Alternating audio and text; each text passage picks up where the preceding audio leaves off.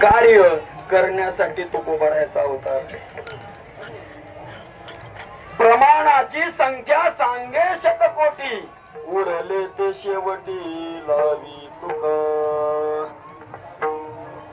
काय प्रमाणाची संख्या शतकोटीची सांगितली?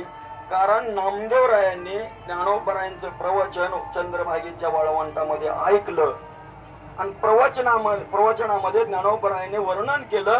अनंत पाप करणारा तो वाल्या कोळी त्याने भगवंतासाठी शतकोटी रामायण लिहिलं.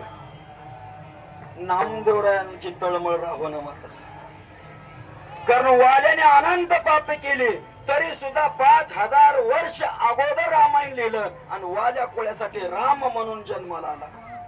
पण मी माझ्या भगवान पांडुरंग परमात्म्याच्या शरीरावरती जेवढे रोम आहेत त्या प्रत्येक रोमात माझ्या भक्तीची पाजलेल्या दुधाची ताकद आहे.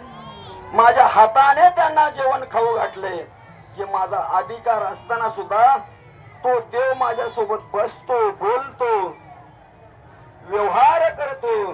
पण त्या देवासाठी मी आजपर्यंत काहीच केलं नाही. नामदेवरायांनी